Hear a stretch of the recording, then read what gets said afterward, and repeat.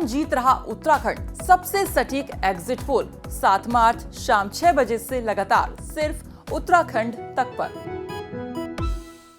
अमित शाह जी कह के तो गए कि बहुत बड़े गड्ढे पड़े हैं, तो ये स्मार्ट सिटी का ही काम है कि बहुत बड़े गड्ढे देहरादून की सड़कों में पड़े हैं। काम में जो डिले हो रहा है, जो योजना थी उसके हिसाब से काम नहीं हो रहा है, तो जो ब्यूरोक्रेट्स जिनको उसको संभालना है, जिसको उसको देखना है, उनका निश्चित तौर पर उनकी भूमिका उतनी अच्छी नहीं है जितनी होनी चाहिए थी। अभी तक प्रोजेक्ट पूरा हो जाना चाहिए था।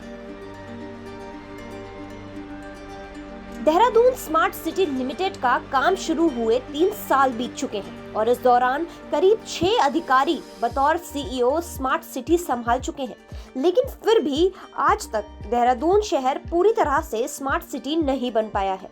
उल्टा इसके सालों से चल रहे काम से देहरादून की जनता को परेशानियों का सामना करना पड़ रहा है। खुदी हुई सड़कें हादसों को दावत दे रही हैं। वैसे तो सभी बड़े नेता देहरादून में ही रहते हैं, लेकिन लोगों की इस परेशानी पर किसी का भी ध्यान जाता नजर नहीं आ रहा। प्रधानमंत्री नरेंद्र मोदी के ड्रीम प्रोजेक्ट में से एक स्मार्ट सिटी प्रोजेक्ट भी है। जून 2017 में देहरादून को केंद्र सरकार की स्मार्ट सिटी की सूची में शामिल किया गया था। उस वक्त तय किया गया था कि स्मार्ट सिटी परियोजना से संबंधित सभी कार्यों को 2021 के अंत तक पूरा कर लिया जाएगा, पर राजधानी में अभी भी निर्माण कार्य जारी है और स्मार्ट सिटी का कार्य अभी तक पूरा नहीं हो पाया है। प्रधानमंत्री नरेंद्र मोदी के ड्रीम प्रोजेक्ट स्मार्ट सिटी के बारे में जानने से पहले ज़रूरी है इस शहर के हालात को जानना। ज़रा गौर से देखिए, इस शहर की सड़कें क्या बदहाली के गुण गा रही हैं, क्या खुदी हुई सड़कें लोगों को मुसीबतों में डाल रही हैं, कैसे तार बिखरे हुए हैं। देहरादून शहर का मानो काया पलट करने की बजाय सब कुछ तहस नहस सा हो गया है। जरा गौर से देखिए इन विजुअल्स को। पाइपलाइन बिछा रहा है, तो ये काम जो हो रहा है इनके कुछ अधिकारियों के नॉलेज में भी नहीं है और इनके लिए भी टोटली सरप्राइज। तो मेरा इन अधिकारियों से ही अनुरोध है कि कृपया अपना टाइम जो है ऑफिस फील्ड में निरीक्षण करें और स्पॉट में जो हो रहा है उससे रूबरू और ऑफिस में जाके मार्किंग करने से कोई कुछ होने वाला नहीं है। और फील्ड की वास्तविकता जो है बिल्कुल अलग है और फील्ड में जब तक हम लोग आगे नहीं देखेंगे, मॉनिटर नहीं करेंगे फील्ड लेवल पे, तो कोई प्रोग्रेस आने वाला नहीं है और अल्टीमेटली पब्लिक को नुकसान होने वाला है। तो इनको इस पूरे मामले को गंभीरता से लेने के लिए मैंने कहा है और उनको वार्निंग भी दी हुई है कि जो काम रात को किया जा सकता है वो रात को करें और काम और स्पीडली हो सके। और जहाँ पे भी ये गड्ढे हो रहे हैं वहाँ पे टाइमिंग है, ताकि जिस समय यहाँ पे ट्रैफिक की आवाजाही जब चल रही है कोई पब्लिक हजाज ना हो।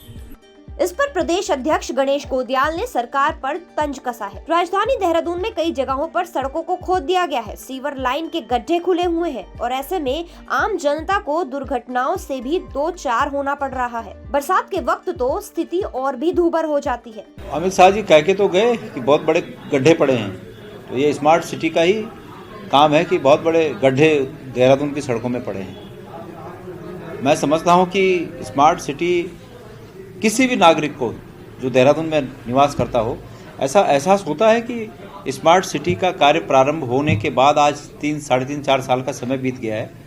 आज कहीं कोई बदलाव लगता है? हर जगह गड्ढे हैं, हर जगह दिक्कतें हैं। तो मैं तो समझता हूँ कि स्मार्ट सिटी का काम इस सरकार ने इस देहरादून को और खराबी की ओर ले जाने के लिए प्रारंभ किया, ऐसा एहसास होता है। ये ठीक ढंग से अगर काम करते, इनका लक्ष्य स्पष्ट होता, इनकी सोच स्पष्ट होती, भ्रष्टाचार की भावना इनके मन में निहित नहीं होती, तो ये काम अंजाम तक पहुंचता और अच्छा रिजल्ट देता है। लेकिन दुर्भाग्य से मन में भ्रष्टाचार की भावना निहित है, काम करने का तरीका पता नहीं है, तो हर जगह खोद डाला है। आज हर आदमी परेशान है। सरकार का बचाव करते हुए देहरादून के पूर्व मेयर और बीजेपी विधायक विनोद चमोली इसके लिए पूरी तरह से अधिकारियों को जिम्मेदार ठहरा रहे हैं। चिंता का विषय है क्योंकि बड़ा प्रोजेक्ट है और 1450 करोड़ का ये प्रोजेक्ट है, छोटा मोटा नहीं है और काम भी चल रहा है। लेकिन काम की गति को लेकर, काम की गुणवत्ता को लेकर और जो नियोजन का पक्ष है इसको लेकर तमाम सवाल खड़े हो रहे हैं। बार बार हम अखबारों में भी देखते हैं। जहाँ तक मेयर साहब का सवाल है और क्षेत्रीय विधायक खजानदार, ये लोग लगातार प्रयास भी कर रहे हैं उसको ठीक करने का। लेकिन मुझे लगता है कहीं ना कहीं अधिकारियों के स्तर पर ये ढिलाई है, क्योंकि जो एग्जीक्यूशन है वो कहीं ना कहीं डायरेक्ट इनडायरेक्टली तो अधिकारियों को करना होता है। तो जो टेक्नोक्रेट्स हैं, एक तो उनका काम मुझे ठीक नहीं लग रहा है कि जो काम होने के बाद भी शिकायतें आ रही, तो टेक्नोक्रेट की गलती है। और काम में जो डिले हो रहा है, जो योजना थी उसके हिसाब से काम नहीं हो रहा है, तो जो ब्यूरोक्रेट्स जिनको उसको संभालना है, जिसको उसको देखना है, उनका निश्चित तौर पर उनकी भूमिका उतनी अच्छी नहीं है जितनी होनी चाहिए थी। अभी तक प्रोजेक्ट पूरा हो जाना चाहिए था, नहीं भी है, तो हम गतिरोध भी आते हैं, लेकिन उसके बावजूद जितना काम हो रहा है उसमें शिकायत नहीं आनी चाहिए थी, मेरा ऐसा मानना है। काम में डिले हो सकता है, चुनाव भी आ गए, कोविड भी रहा, बहुत सारे कारण भी हैं उसके और वैलिड कारण हैं, तो उसके कारण थोड़ा समय ज़्यादा लग सकता है। लेकिन जो काम हो रहा है वो ठीक प्रकार से हो, उसका जैसे पलटन बाज़ार का इशू है, पलटन बाज़ार में आए दिन मैं देखता हूँ वहाँ पर लोगों में नाराज़गी रहती है, तो जबकि बहुत अच्छा काम वहाँ पर हो सकता था और हुआ भी होगा। लेकिन मुझे ऐसा लग रहा है कि उसमें कहीं ड्रेनेज का जो पक्ष है वो कहीं नज़रअंदाज हो गया, क्योंकि दुकानों के नीचे बहुत बड़ा नाला चलता है, बहुत बड़ा नाला चलता है, और समय समय जब वो चौक होता है तो पानी बाहर आता है, तो उसके कारण वहाँ पर बड़ी दिक्कतें खड़ी हो जाती है दुकानदारों को।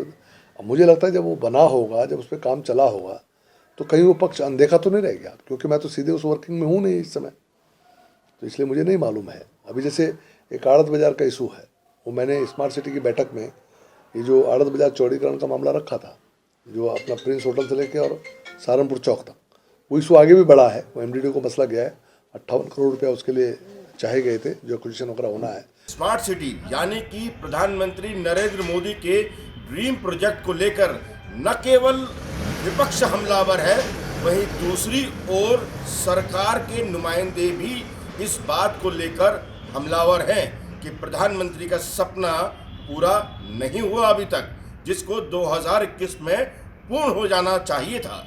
कैमरामैन प्रवेश राणा के साथ दिलीप सिंह राठौड़, उत्तराखंड तक के लिए देहरादून से।